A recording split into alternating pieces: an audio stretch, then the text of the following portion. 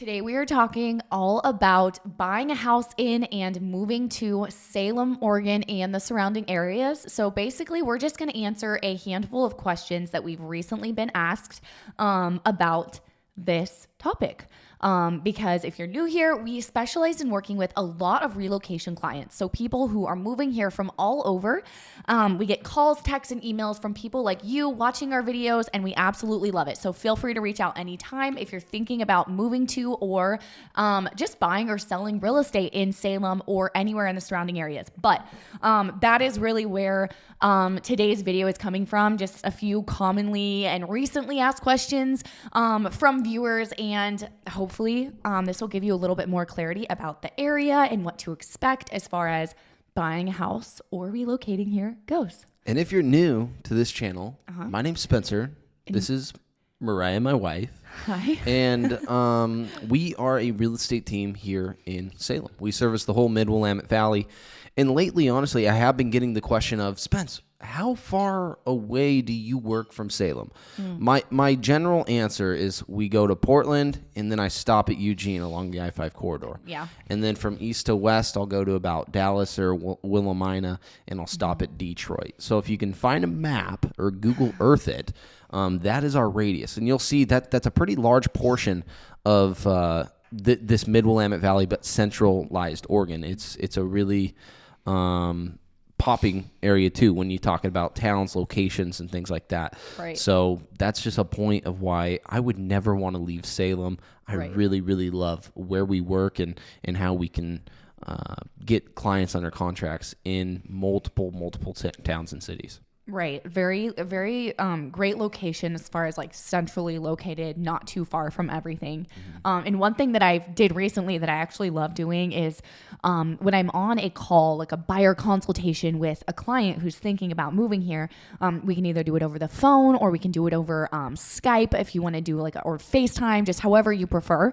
But I was on a Skype recently with a client moving here, and they'd never been to Oregon, which is really common for a lot of our clients that are moving here. They've never been here until after we close on the home. So it's really important for them to know as much as they can up front, which is one reason we do videos like these.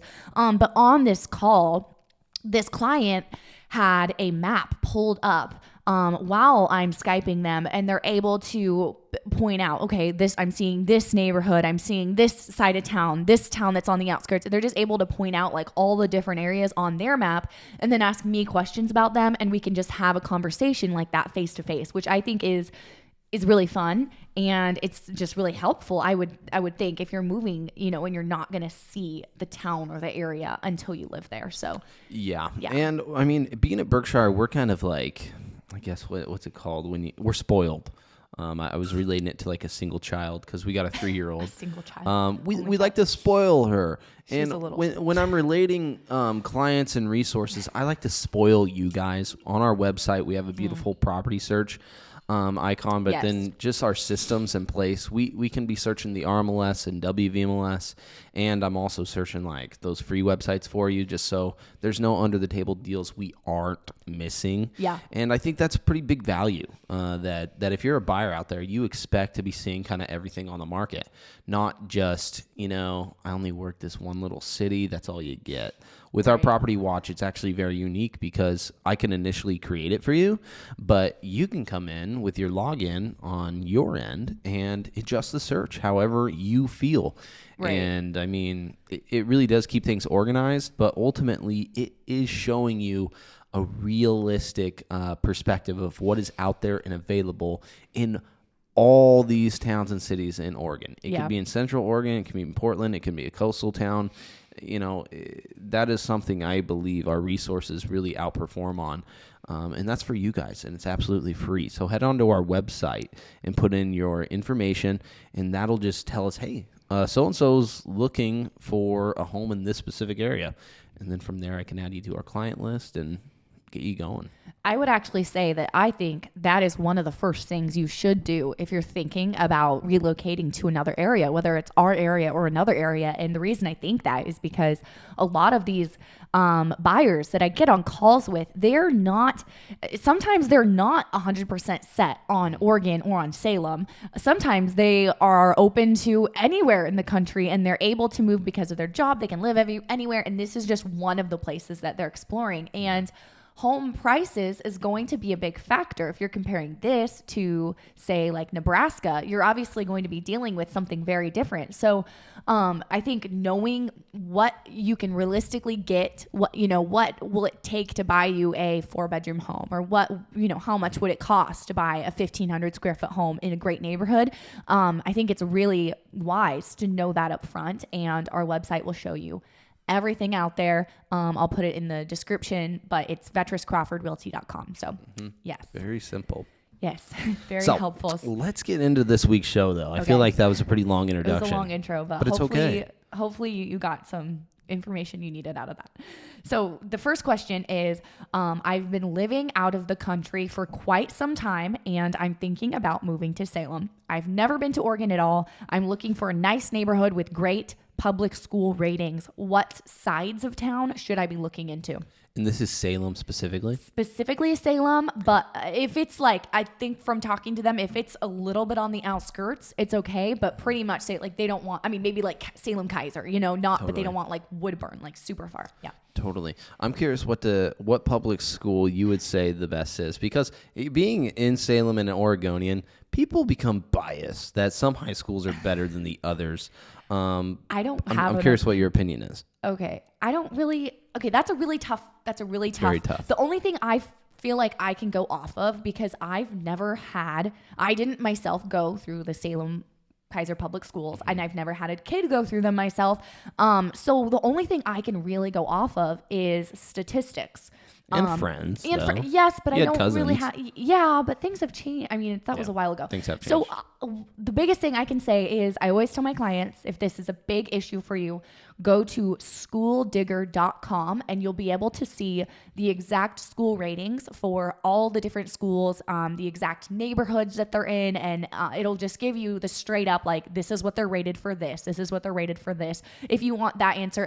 But I also think, of course, like being a parent now, what makes a school a good school is going to be a personal thing. It's going to be very different to everyone based off of what matters to you. You know what I mean? As a parent. So absolutely. And we do another thing is in Salem and surrounding areas, but all sides of town in Salem, we have fantastic, we have a lot of different private school options, big ones, small ones. We have, none of them are huge, but you know what I mean? Different sizes. We have different options as far as like charter schools. We have different options that aren't just the public school system. So if you're wanting to live in a neighborhood that maybe doesn't have the best school rating and that's a big deal to you, there are other options. But And what website is that again? Schooldigger.com. But to answer the question in short, I don't want to tell anyone. I have a hard time with this because I don't want to tell anyone. That's what I'm saying too. Where to put their kids in school or what side of town is the best, because like I said, that's so relative and it depends on so many different factors, I believe.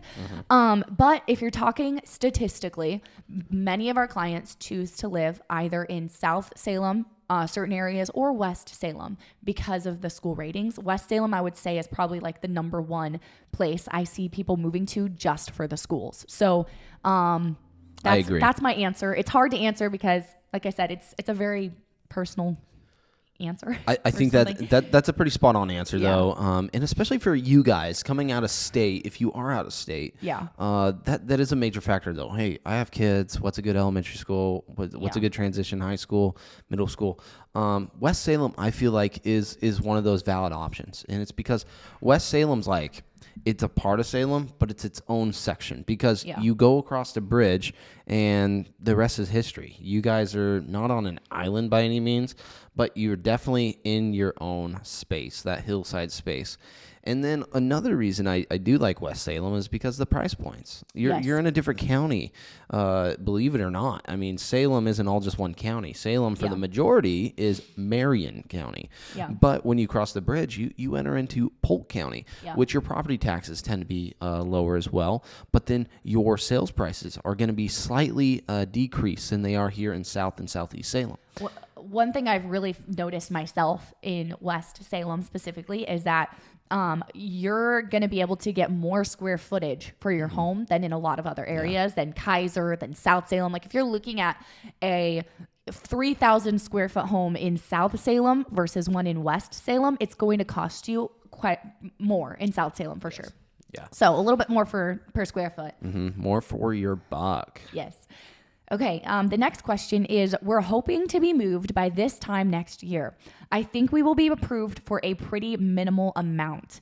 We've never been to Salem before. Do you have any advice for us? Well, it's pretty vague because I hear minimal amount. Yeah, to me, that means like $360 to $390 these days, you know? Yeah. And that's going to get you that traditional 3-bed, 2-bath. You have your own lot, you know, it's a residential single-family home. And those are good homes. And you're going to be happy. You can find something virtually kind of on every side of town if you're staying within that price range. Yeah. $360 to about $385 is what I would say a decent price range would be. Yeah. Was there another part of that question? That was it. Okay. That was it.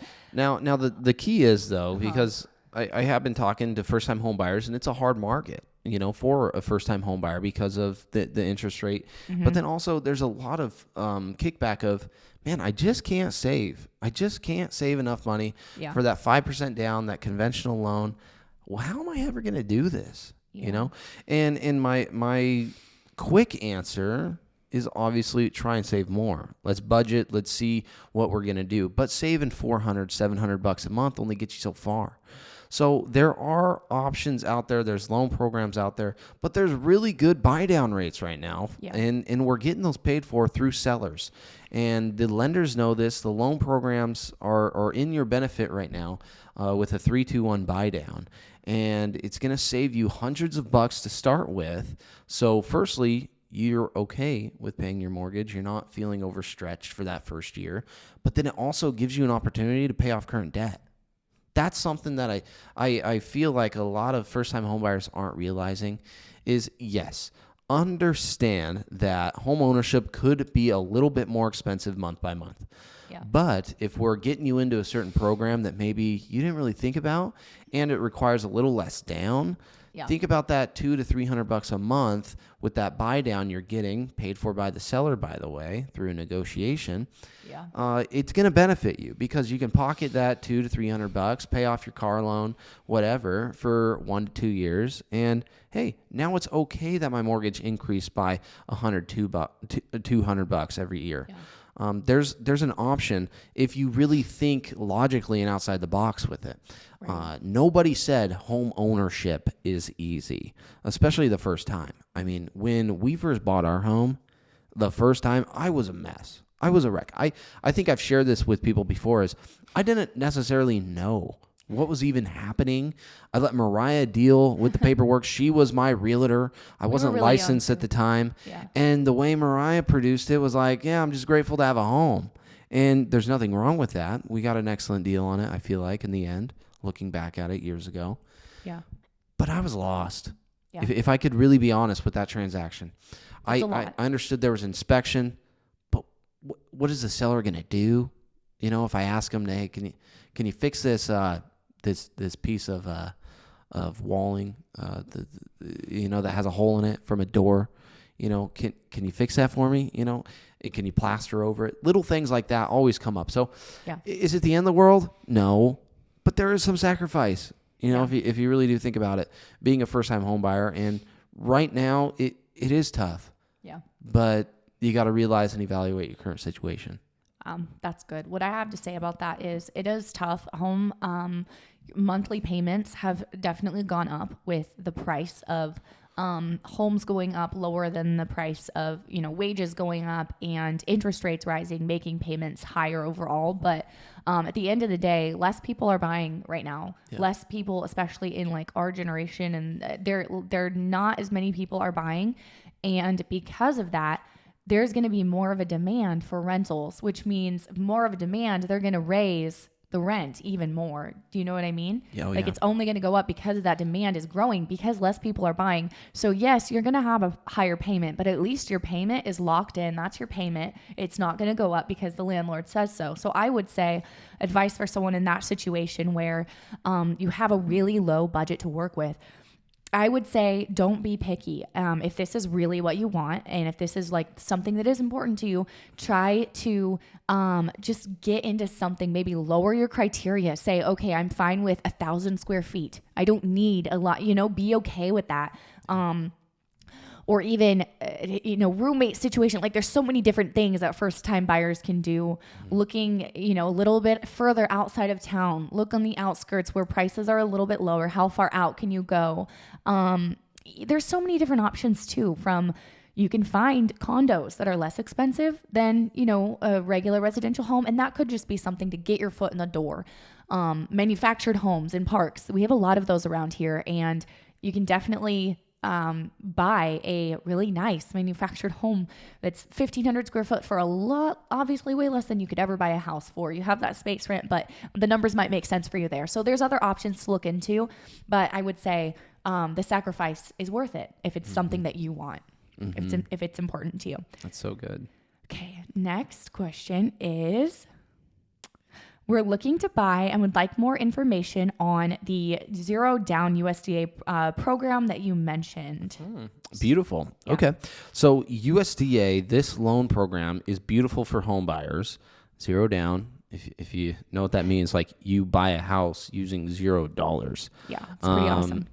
Odds are you may have to pay closing costs, but the cool part is right now you're not. We can probably negotiate for you once under contract or going into contract if that's an absolute must. And that's what we're trying to tell people and you guys that are listening right now. Yeah. It really could be and is an excellent time for you to make a purchase that maybe you've been sitting on for 2 to 3 years, because we haven't necessarily been able to get USDA home loans, for instance, under contract in a competing offer. Yeah. We have been used to these type of homes because the reason USDA is so beneficial is because it's going to be outside of the city. That means it's going to be lower costing for you. So the amount, the sales price tends to be a little bit lower. And property taxes, they tend to be a little bit lower. Utilities, those type of things. So ultimately that does help you on your monthly. The thing is with a USDA home loan is that you can only make a certain amount when using this loan program. Yeah. So it does reflect on your tax returns, and you can only make a certain amount basically, and that's the only stipulation. And if you have questions about that, contact us. We're happy to send you our guy, and he'll get that question answered for you. Definitely. And then lastly, was there something lastly? We got income limits. We got job area restriction. It's important. So area restriction, you just can't live in the city. You can't be within city limits. That's USDA. And then lastly, my other point that I was missing was it can only be a loan up to a certain amount. Yeah. And I'm not going to give you that amount right now because it does change. Yeah. But that's one of those questions we can connect you with the lender with in regards to him and you filling out a loan application, knowing if you qualify for that loan program or not. Yeah. Okay, last question is, what do you think about moving to Keizer, Oregon? I love Keizer. The reason this question was really asked is because they were comparing it, because they were looking at this, buyer was looking at a map, and they were looking at, okay, it's really close to North Salem. How does it compare? Are they two different places? No, they are different places. Yes, they are two different places, yes. They are different. Keizer is its own city. I know that can be really confusing for someone who's just, like so many of our clients have never been here and they're just looking at a map and that's all they really have to go off of. It is its own little town. You have everything you need there, but you're literally minutes to Salem, depending on the side of town. It's further from South Salem, but you're very close, convenient to downtown, convenient to many places in North Salem. Even South Salem, it's not like that far, but you're right there, but you have everything. It's a desirable area. Home prices are usually a little bit higher than Salem itself. Yeah. But I think it's because there's just less, like there's low inventory there. So because it's a smaller area, there's less houses to choose from. A lot of people want to live there. You have the Keizer station right there. Great shopping center. Lots of different, shopping, restaurant, food. You've got it all. You've got an In-N-Out. You've got a Chick-fil-A. What more could you need? Which is pretty big. I mean, I'm pretty proud of that. But then ultimately, I wonder how Keizer Knights, is that what they be? Keizeronians? If you put a label, if somebody lives in Keizer, whatever you guys are over there in Keizer. I'm curious how that has affected you guys when it comes to traffic, because you guys as clients always ask us, hey, how's the traffic here in Salem? My best reply would be, I wouldn't worry about it. Yeah. Now, anyways, if you're on a 5 o'clock rush on a commercial street or River Road and it's a one-way, you're going to hit some lights. Corden Road gets pretty bad. We're not bumper to bumper for tens of minutes. No. You're always moving and you're getting where you need to be. One thing that I really do love about Salem, and we haven't really hit this topic, is the amount of traffic we do have. We don't get much. We're able to go from point A to point B. Right. You put it in on your Google Maps. That's what it will be. Right. And no, that's true. When we do have like the worst trafficy times, because you'll hear people that have lived here a long time complaining about it because it's gotten worse with population increasing and whatnot, which I think is a good thing. But it's really not, like Spencer said, like you're always still moving. Like you're not just like stopped. Like when you think of like a traffic jam, like it gets more congested. Like there's a lot more cars, but you're moving, like you're going somewhere. You're not just stopped in traffic. Like it's very rare I ever see that kind of traffic. And it's really only trafficy during like the two very, very small windows, I would say, during the day. Say 7:30 in the morning, people I going to avoid work. it. I don't even deal with traffic. And what is pretty neat about Salem, though, is in regards to traffic, there's all these other connecting routes. So if you're on South Salem and you need to get to Northeast Salem for work, or West Salem, there's always going to be some other type of side street to connect you to a main roadway if it's faster. And generally, I mean, we all live in 2022, heading into 2023. We got our beautiful phones, putting in some type of Google Maps, and they do very well with the traffic updates and things like that. Our roadways are excellent. Our potholes, our sidewalks are very safe for bikers. We're biker friendly. And that is one thing our community really does take pride in and grows with. We're not letting our roadways deteriorate by any means. I have a street sweeper, for instance. It's fall. Yeah. And the leaves are falling like all the time, right? We got tons of trees here in Oregon. But it's the time of year, leaves are falling. I have a street sweeper coming in every 2 weeks. So every other week, a street sweeper comes in on a Thursday. Yeah. And I mean, it keeps our roadways clean. I don't know. And we're always seeing them doing road work, and the roads, I mean, I never thought it was bad in the first place, but we're always seeing them fixing, the sidewalks or like the paint on the road. Like they're always doing something, even when it's not to the point of like, ooh, this is really bad. I know that's something I actually notice when I travel other places, like just other states, like not anywhere else. I don't know about that, but like other states that I've definitely noticed, like, wow, our roads are way taken care of than here. No, we're spoiled. This place, like, absolutely. Ooh. Yeah. So if you like good roads, well, that concludes our questions that we had today. All right. So if you are out of state or even local and you're looking for a place here in Salem, Oregon, or surrounding Salem, I know we mainly hit Salem for the most part, but there's a lot of surrounding towns, the little towns that you can be placed within. And depending on price value, it could benefit you, just like that USDA home loan. You can't buy a home in Salem using USDA if it's in city limits. And we can talk further with you about that. There are particular areas I'm thinking of, like in Northeast Salem and even on south of South Salem, is we could use that loan program. because of a divider line that the city has. But ultimately, I think Salem is amazing. And that's where I'm at with it. There's no other place I would want to be or want to live because of my lifestyle and what I do. Yeah. I can go 45 minutes away and go enjoy being up in the mountains or heading to the coast or going to swim in a waterfall. Yeah, there's a lot of cool things we have the opportunity to do. It's true.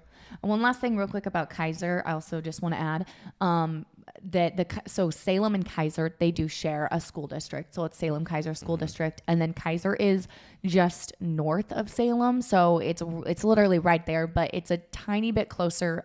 We see a lot of people who are working in Portland or moving from Portland wanting to move to Keizer because it's a shorter drive. It's like 45 minutes from Portland to Keizer versus like an hour, without traffic to Salem. So that's just a little bit more information, but all right. All right, guys. Well, that's it. Send us out, Mariah. All right. Thanks for watching, and we'll see you guys next time.